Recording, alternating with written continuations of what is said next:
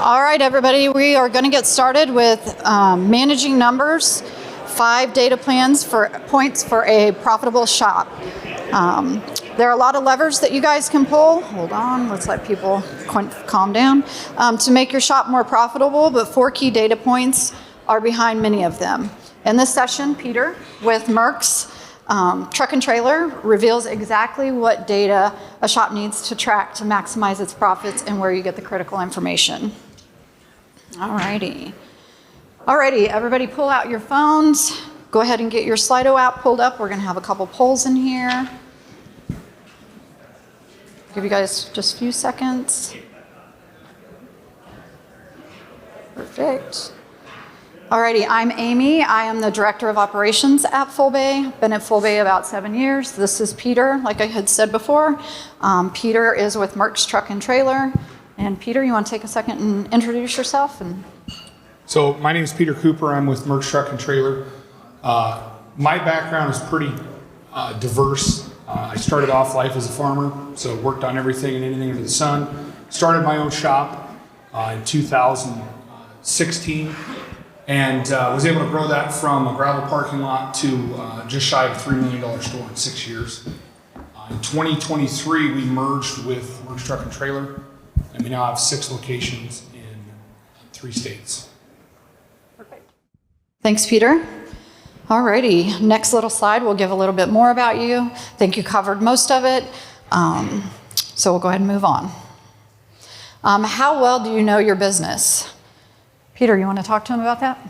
What I've found over the years talking to different business owners, especially events like this, is that everyone here that started the business started it because they were good at fixing trucks or equipment. And then that grows, right? You hire more people. Now you're spending your day doing profit and loss, paying bills, dealing with catastrophes. And what I found is that no one was ever taught how to fix their business. Like, when you diagnose a truck, you go to a manual and it tells you, okay, check this, check this, check this. In this industry, diesel repair, there's no checklist for how to check your business.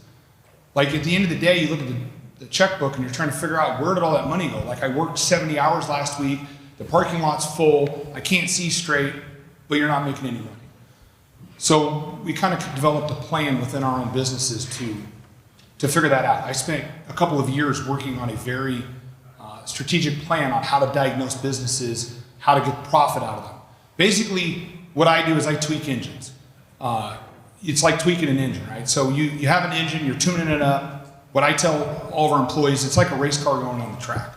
What I do is I come into businesses and I tune that thing and get that last little bit out of it that's already there, that we're already doing all this work for.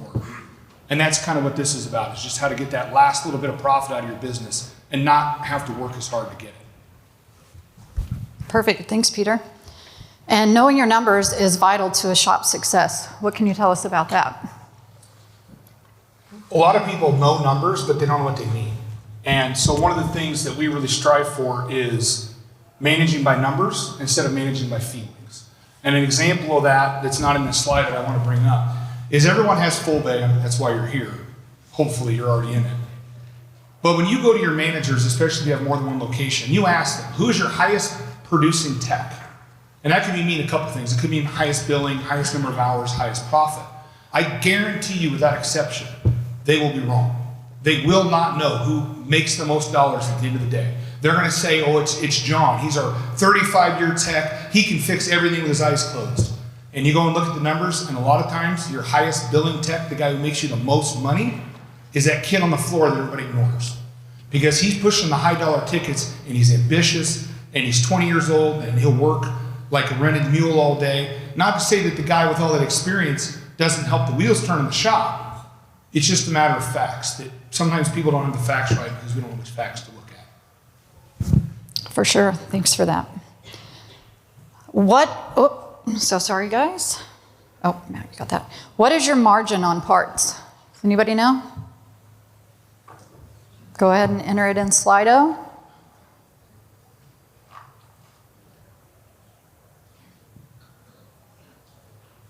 About 88% of you are more than 15%.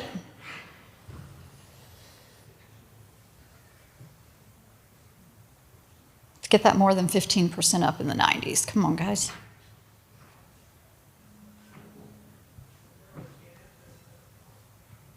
Alrighty, so it looks like more than 15%, about 91, 92% of you guys are at more than 15%.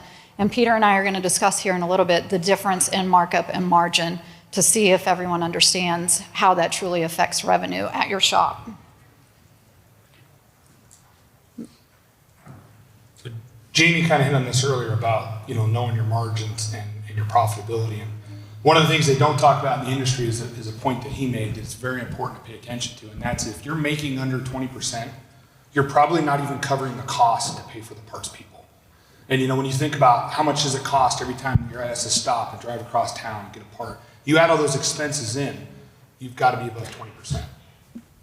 Sure, and markup is a percentage of the purchase price that you charge the customer.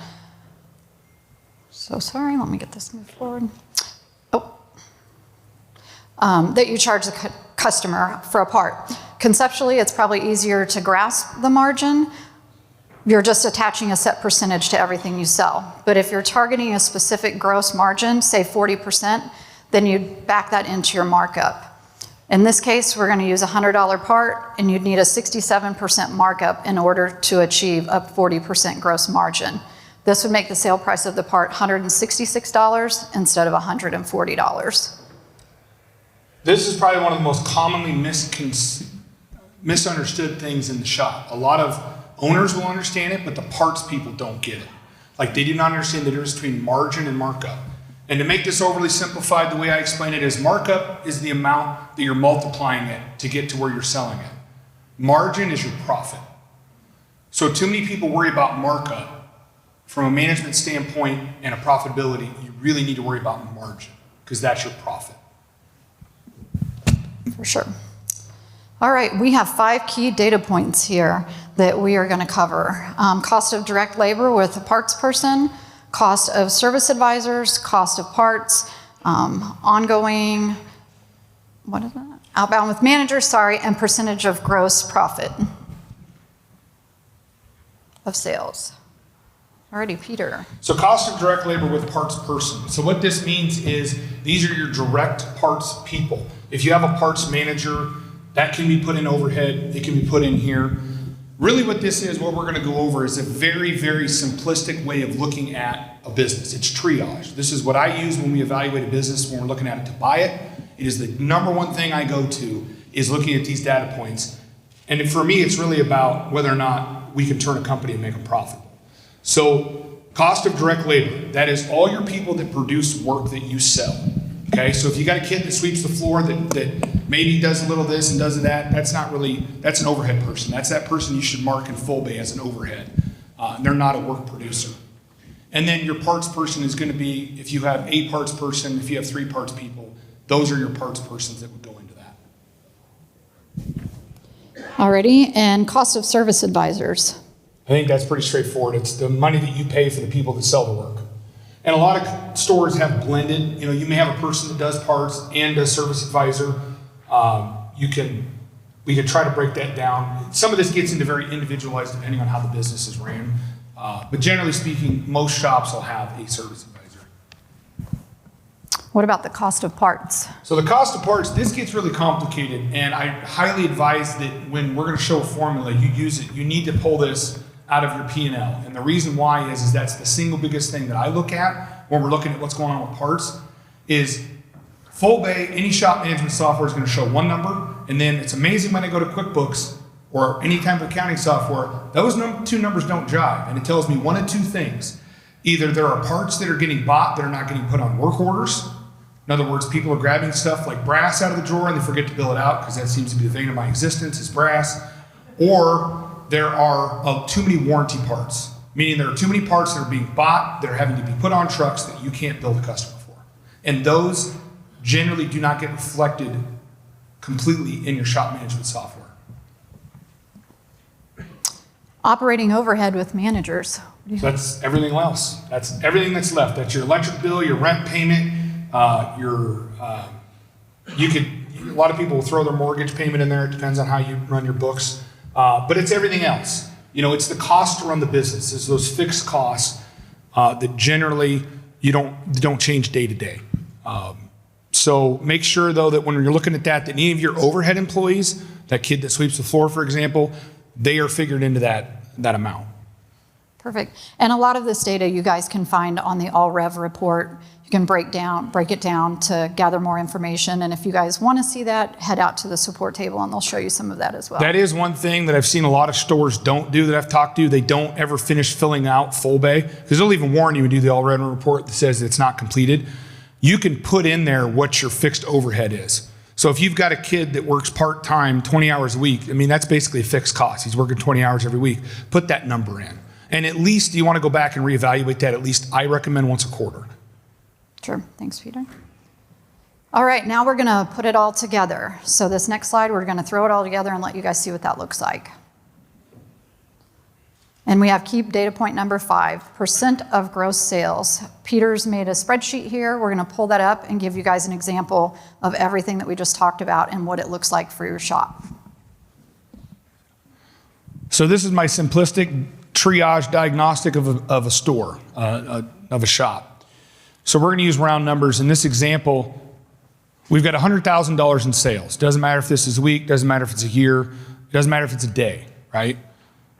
This is just a, play with the numbers thing so it makes sense. So what you need to do is you take your total sales, $100,000, okay?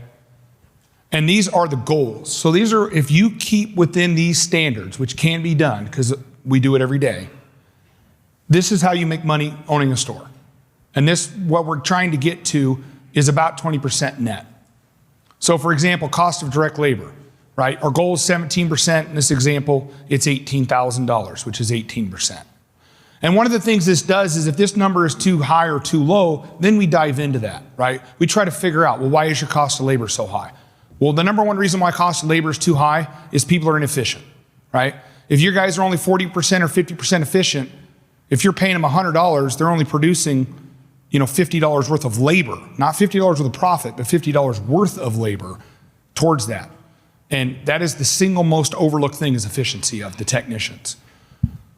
Cost of service advisors, that's very straightforward. It's the money you pay them. Just understand that if you have any type of bonus structure for your service advisors, you need to add that into that cost. That is a cost.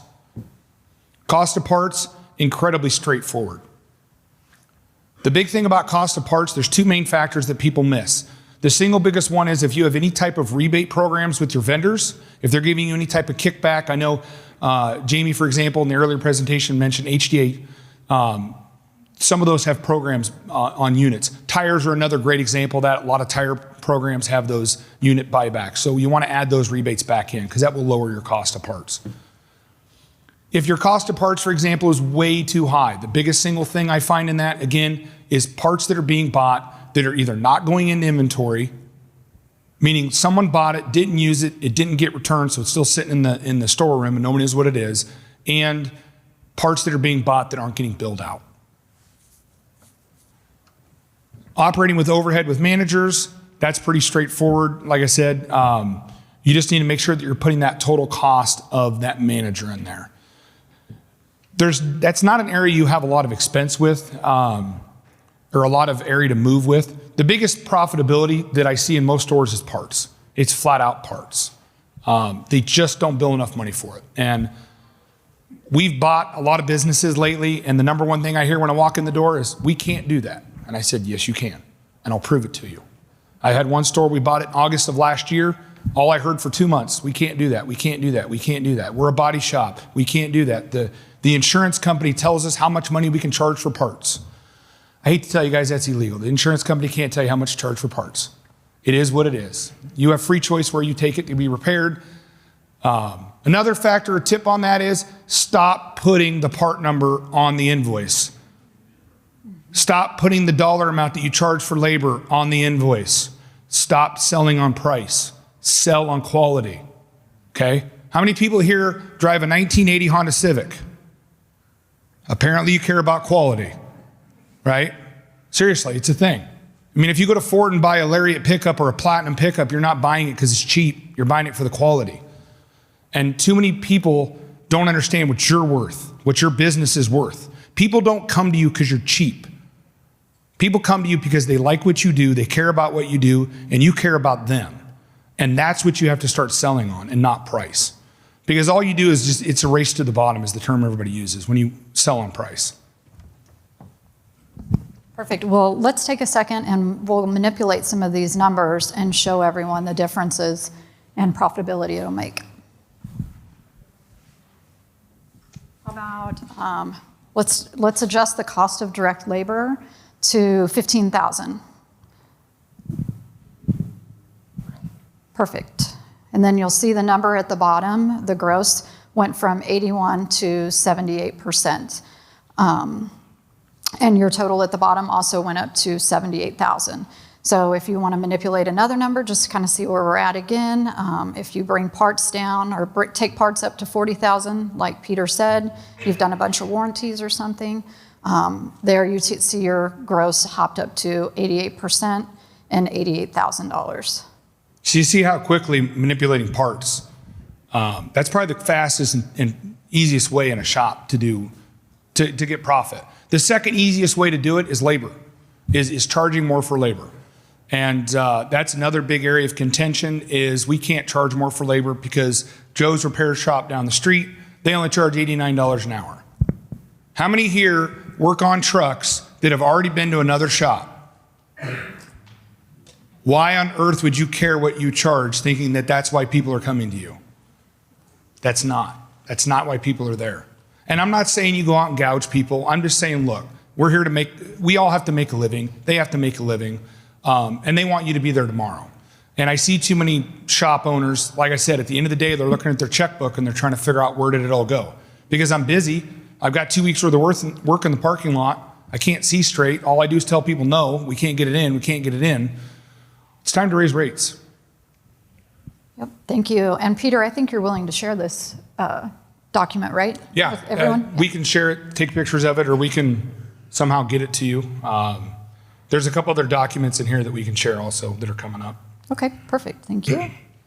Alrighty, the next slide we're going to talk about effective management and a book that helped Peter kind of understand everything that he's talked about today. So a big thing in our organization that we've done is when you think about fixing a truck, whether you realize that or not, the way you fix a truck is a system. And it's a system because you can repeat it, right? The truck comes in, you get the complaint, you diagnose the complaint, you quote the parts, you quote the labor, you sell the job. That's a system. You really need to think about your business as a system. A couple of key factors. So this book is pretty amazing. It's a pretty good read if you're not real technical, meaning if you want to kind of hear a story and kind of hear why to do things. A lot of you probably have a commute. You have to drive to work every day. You drive to the shop. I love books on tape. This is an amazing system. It's called EOS, and it really helps you diagnose your business. It helps you figure out what are we doing wrong? What do we need to do? What should we be doing, right? There's so many of us in this room are entrepreneurs, right? We started our own businesses from scratch, and we're doing what we do because this is what we love to do, and we're really good at it. But you need to change your mindset. What you do is not fix trucks. You run a business. And this is part of that plan that we've implemented in our stores. This is how we fix a business. And part of that is clear communication, it's clear expectations, it's accountability, it's culture. And this really starts to lay out that mindset of how do you build a lasting brand and how do you build something that your customers understand what you do. Perfect. In this next example, we're going to run through a workflow chart, and Peter's going to kind of take you through the process from start to finish and let you know exactly what that looks like. So this is exactly it. This is the secret sauce, if you want to know the secret. It's how you fix a truck. But how do you fix a truck? Well, part of what you do is you have to manage a customer expectation, right? Customer comes in. We all know what every customer expects. They want their truck fixed yesterday, and they want it done for free, right? Well, that's not going to happen. So one of the things that we do is we really work hard with customers so they know exactly what's going to happen, right? So this is that. The other thing is for us to have that work, we have to be able to articulate this to our technicians, our parts people, our service advisors, right? Because they're the ones making it happen. So what this does is this allows us to align our customers' expectations with our expectations internally with what we're going to deliver. So it's a pretty simple workflow, right? So the customer comes in, my truck's broke. What do we do? Number one thing we do, that customer needs to talk to a service advisor. In our shop, in our world, the service advisor, they are the master of the shop schedule and the workflow. Because nothing screws up the world worse than the owner getting involved and saying, aha, that's my friend John, I'm just gonna throw this truck in there, right? That never messes anything up, does it? Sorry guys, owners, we're the worst people when it comes to running stores some days. We give everybody a break and we mess up the schedule. So, but think about it. If you're gonna manage what the customer wants, you gotta stay on schedule. You can't promise a truck on Thursday and then push it back because something else happened, right? So this is what that's part of. The other thing, it's key that the service advisor, if we move on to the next one in line, and this is left to right, and then it goes back. It winds around. The next important thing is the service advisor needs to get all the information. They got to communicate with the customer. The other biggest thing, and this is probably one of the single biggest things that gets done, is we rush the technician to give us an answer. It's a hot load, it's a hot truck. Who here's never seen a truck come in the shop broke down that wasn't a hot load?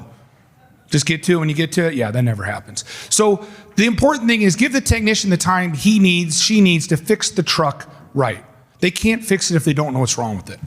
So we have an established time frame. It's 2 hours for a check engine light, for example.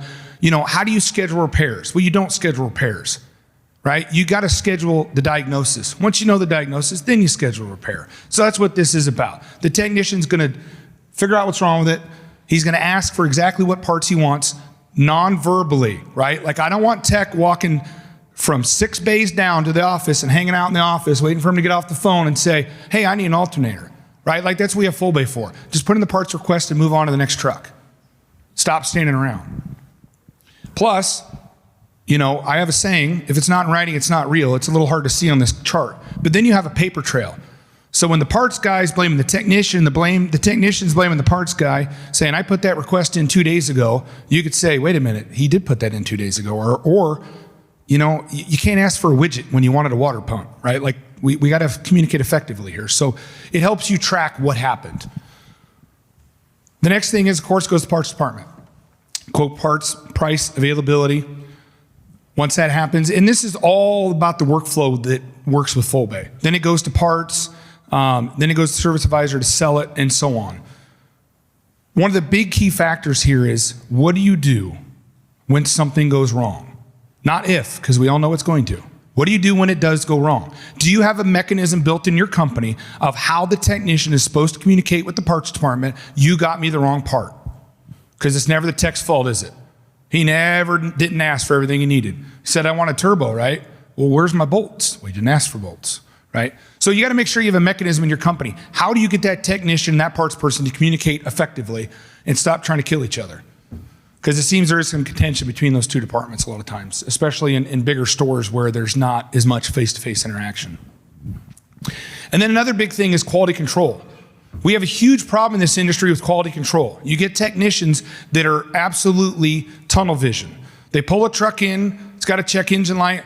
Oh my God, the wheels are falling off. I forgot all about the check engine light, right? So you get it all done, you fix the guy's truck, you put new wheels on it, and then the check engine light's still on. And the guy's like, you didn't fix my truck. Well, yeah, we fixed your wheels. That was not what it was here for.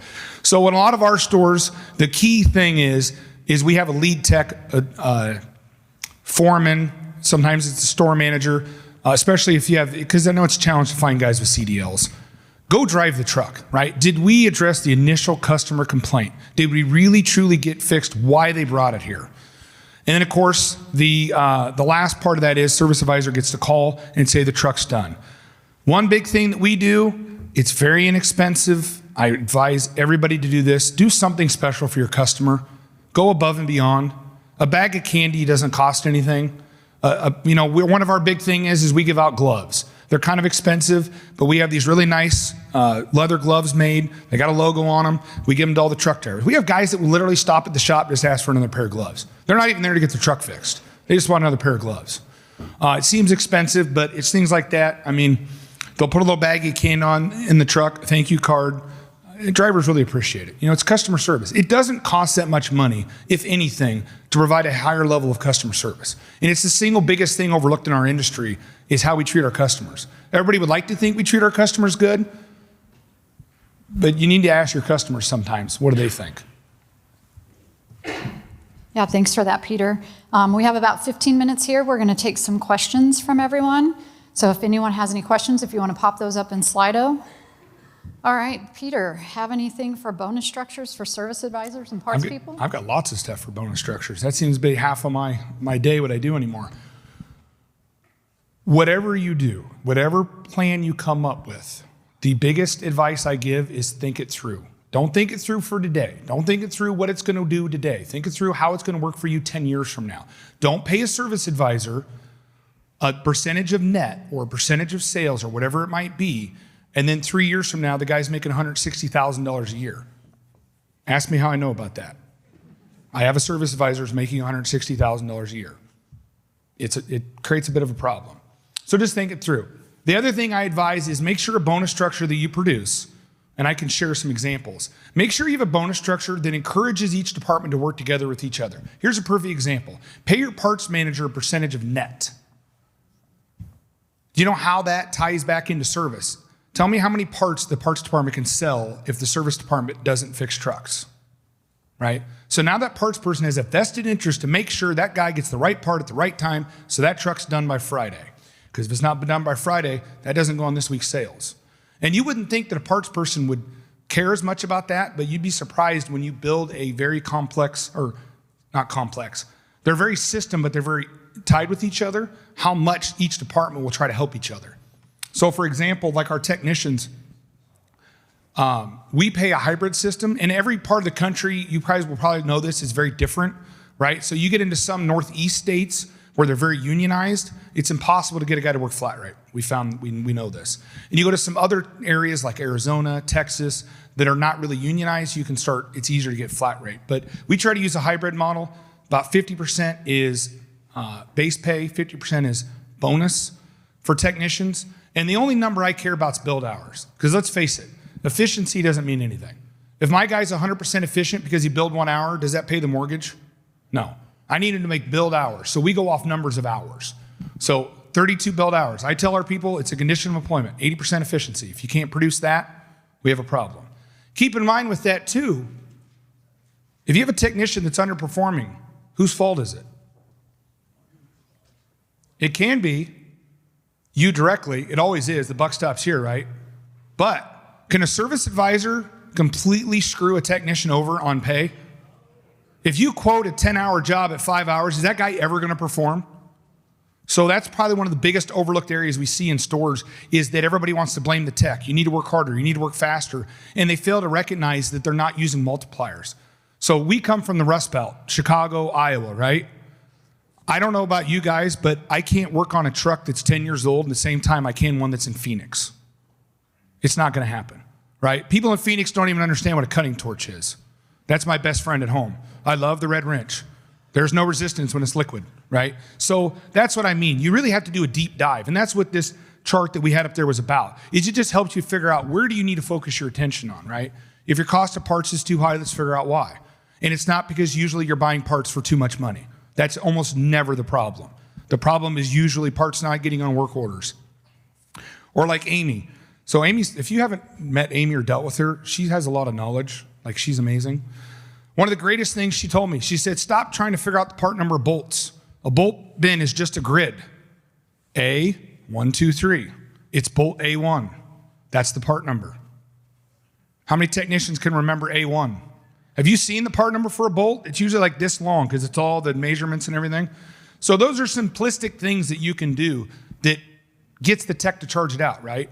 The other thing is margin on parts. I'm going to just go into that. Your customers know what commodity parts price costs, right? They know what an alternator, starter, and a battery costs, right? They live in these trucks. They live it, they breathe it, they know it. They're not a soccer mom that has no idea what a battery costs. But they don't know how much an air conditioning O-ring costs. And if you guys watch part pricing trends, watch what Cummins is doing. Cummins does not make high margin on fuel pumps. They make incredible margins on the mounting gasket. You can't put a fuel pump on without the gasket. So they'll charge you $25 for a $2 O-ring. Or I bought an O-ring the other day for my motorcycle. $138 for a fuel pump O-ring that I could buy for $2 at O'Reilly's. So that's where you make your margins. Worry about the little parts, the O-rings, the zip ties. I mean, MHC Kenworth, I saw on an invoice charges for 6 inches of emery cloth. Yes, every 6 inches of emery cloth, they bill you for that. And they still charge you 7% shop supplies with no max. Yeah, good one, Peter. I agree with that 100%. All your money's on your lower end parts. So what do you think is a good percentage to charge for shop supplies? And with that, would you charge it on parts and labor or just labor? What will the market bear? I'm going to tell you a story right now, and everybody's going to think I'm crazy. How much money should you charge for labor? So I used to do service calls when I owned the store, okay? And I hated doing nights and weekends. My wife's in the audience. She'll tell you all about it. I finally got to a point where I wanted a life, but I didn't want to tell people no, because I have a firm belief. You never tell people no. You tell yes on your terms. So people would call, want a road call on a Sunday morning. My truck broke down, I blew a brake chamber, whatever it might be.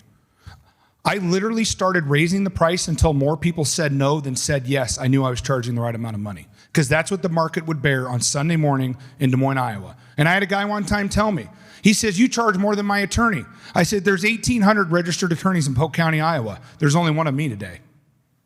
And you got to remember that. There are a lot of people out there that went to college and charged $300 an hour, and there's a whole lot more of them than there are of you. And they don't need him today, they need you. So I'm not saying gouge your customers, right? But you need to know what you're worth. For sure. And sorry, back to shop supplies, that's where I was going with that. How much can you charge? I don't know. I can't give you a number. You have to come up with that number based on what your customers will pay. I don't know what they'll pay, right?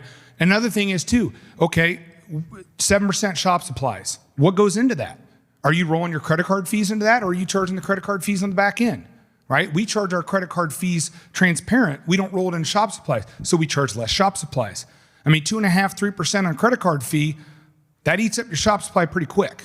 So there's a lot of factors go into that, and it's not that it's a very complex question. But generally speaking, it's that 7 to 15% is what I'm seeing normal. And typically parts and labor. And if you guys want to know, just call around and get a couple quotes and see what the larger vendors in your area, if you bid a job, what they're charging you for shop supplies, and that'll give you a pretty good idea. That's a valid point. If nobody does this, you really should do this. Call around and do 2 things. Once a quarter.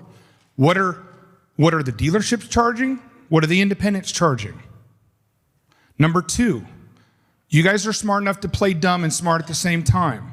I got a 2022 Freightliner. How much to change a water pump? If you get a number out of them, guess what?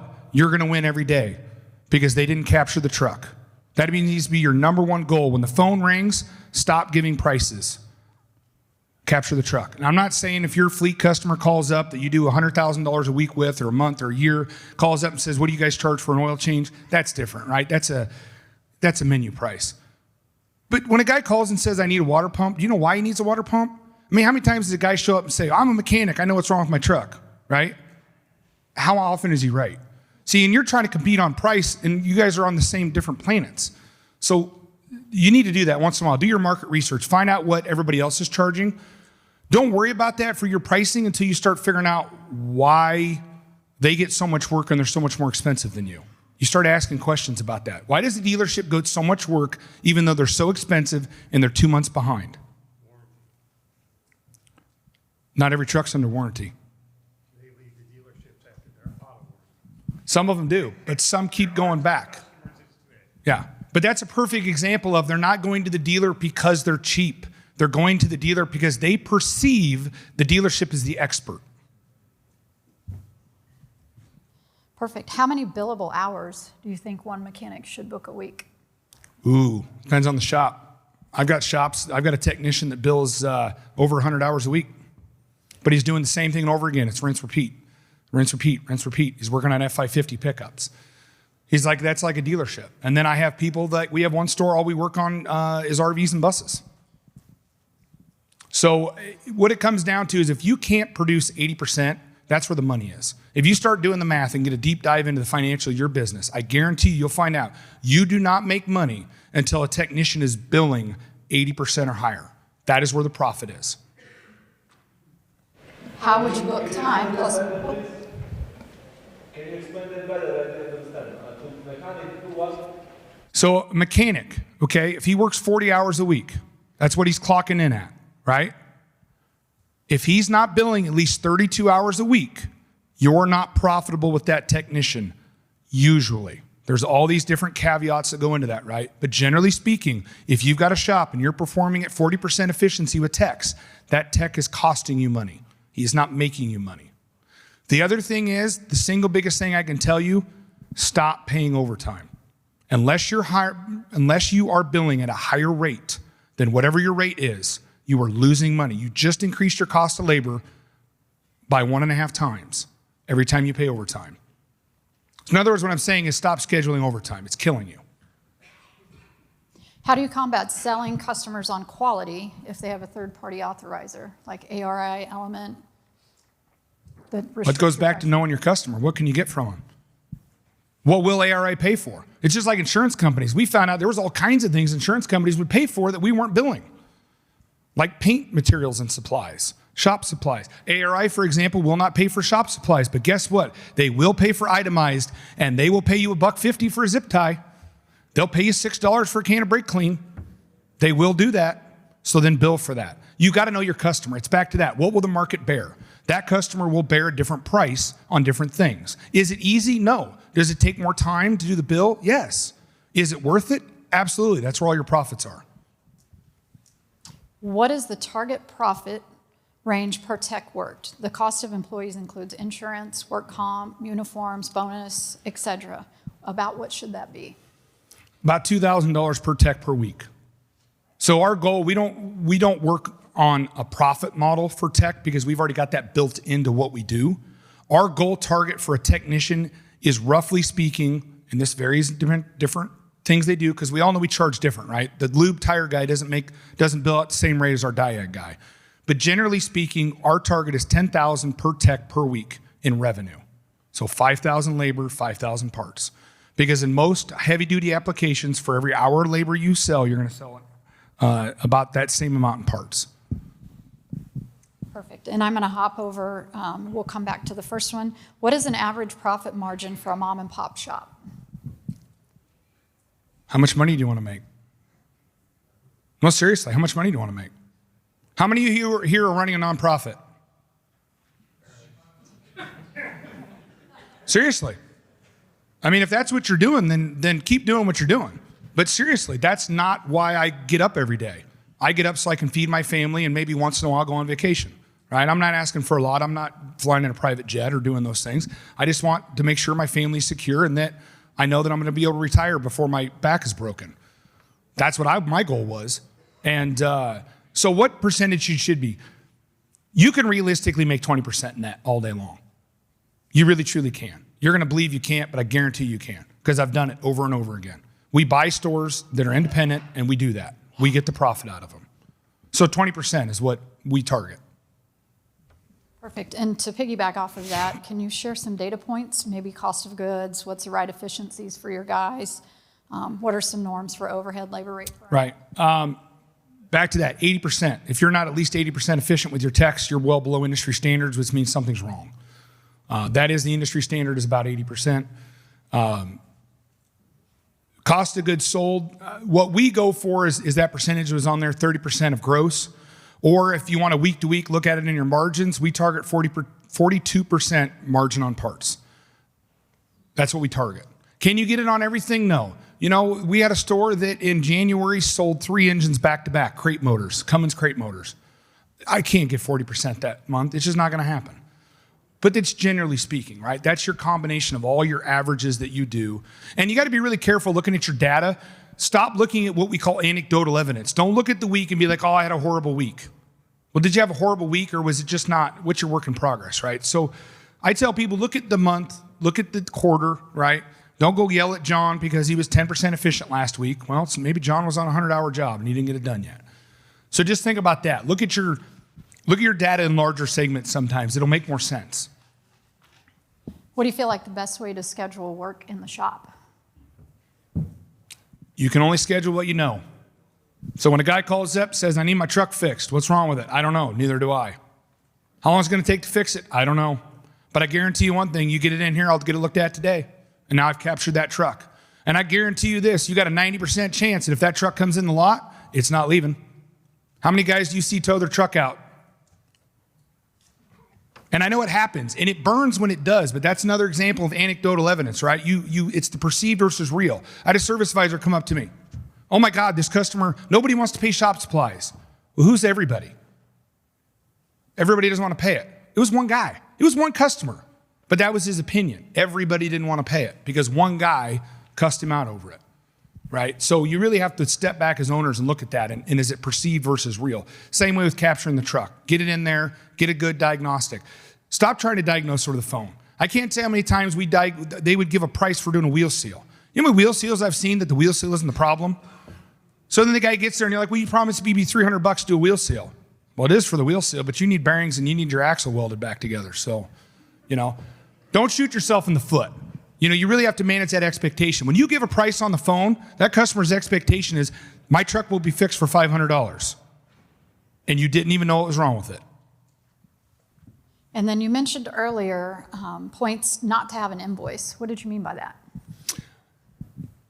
I might have misspoke that. So what I mean is don't put how much you charge per hour on the invoice. I understand there are certain customers that require it. That's fine. You can do it for them. But if you hand a guy a ticket, okay, and it says it's going to be $700 to fix your truck, we can have it done today. What is he worried about? Is he worried about $700 or is he worried about today? Stop trying to sell on price and sell on what they want. Remember, how many of your customers care more about time than they do money? And you think that's crazy? I point blank ask my customers that. What do you have more of, time or money? And they look at you like you're stupid. And I'm like, buddy, if you got more time than money, I've overnighted parts out of Toronto, Canada before. It cost me $1,400 to overnight a hub because I was the only guy that gave him that as an option because everybody else said, no, it'll be too expensive. He won't want it fixed. Great. How do you book time plus a multiplier if it isn't in full bay? I think I understand this question. Are they asking how do I figure out what the flat rate is or how do I figure out how many hours it takes to fix something? Whether you use that part of full bay or not, that's part of motor, which is integrated with full bay. You can use Mitchell, diesel laptops, OEM, because sometimes if you're really good with your parts guy, you can get to log into Volvo and look that stuff up yourself. You have to use a multiplier, and it's called data. So, and we found in our shops, if the truck's over 10 years old, or it's a rusty piece of crap, as we call it, it's 1.5. But see, here's the key. This is why you need your technician to properly diagnose the truck. Does the service advisor in the office know that it's a plow truck, used to be a plow truck, now it's a farm truck, and the seat's so rusty it's falling through the floor, and you got to change the transmission? Does the service advisor know that? Who knows that? That's why that step is so important. The technician needs to tell me what it takes. And when the technician pay depends on quoting the job correctly, I guarantee you he starts to care. And I think we have time for one final question. I think I'm going to hop down to the bottom. What scale do you recommend for part pricing matrixy? Well, those are contradictory terms. A scale and a matrix are two opposite things. So understand a matrix is exactly that. I got a 4-cent O-ring, I'm selling it for $4. I got a $30,000 engine, sorry, can't get that markup. I can only make $2,000 or $3,000 on that, right? So that's the whole key of a matrix. And the other thing about parts pricing, if you are not using multiple matrices for different types of parts, you're killing yourself. I can get more money on air conditioning than I can get on tires, right? I can get more money on a gasket for an air compressor than what I can get on a fuel filter. Does that make sense to everybody? And there again, it's all about the work. It seems like a lot of work. I'm too busy. I don't have time to do that. I don't know about you, but I'm never too busy to make money. And that's where your money's getting made, is on parts. That is the single biggest thing that everybody's losing money on. And just a little story from when I was in the shop, we even had a markup scale for people that always want to negotiate, we'll just put it that way. So we marked them up to mark them down. They got a higher markup than everyone else. And when they came in and said, oh, can't you do me better? Can't you do me better? Then we marked them down and they were right in line with everyone else. So you can use scales multiple different ways. Walk-in customers always paid more than everybody else because we did fleets like Peter. If you're going to take a battery and my bread and butter might pull up and need that battery, you're going to pay way more than my fleet guy would pay for that battery. because I'm probably never going to see you again anyway. But cash and carry or a walk-in like that, we always charged more for that type of a sale. Another big thing is all of you that have service trucks and shops, I would highly advise that you make a matrix just for the service truck. It costs you a lot of money to haul those batteries around in that truck. You know, it costs you a lot of money to stock that inventory in that truck and to buy that truck. So I would make sure you're using a different matrix for service trucks than what you're using for the shop. For sure. And if anybody wants to set up matrix, email support and we'll get you a training call and set up vendor matrices, customer matrices, part categories, like the whole kit and caboodle, and you guys will notice immediately an increase in your revenue. So thank you guys for everything. I know we have a couple questions. If you see Peter around, maybe he'll answer them. But thank you guys for everything. Appreciate it.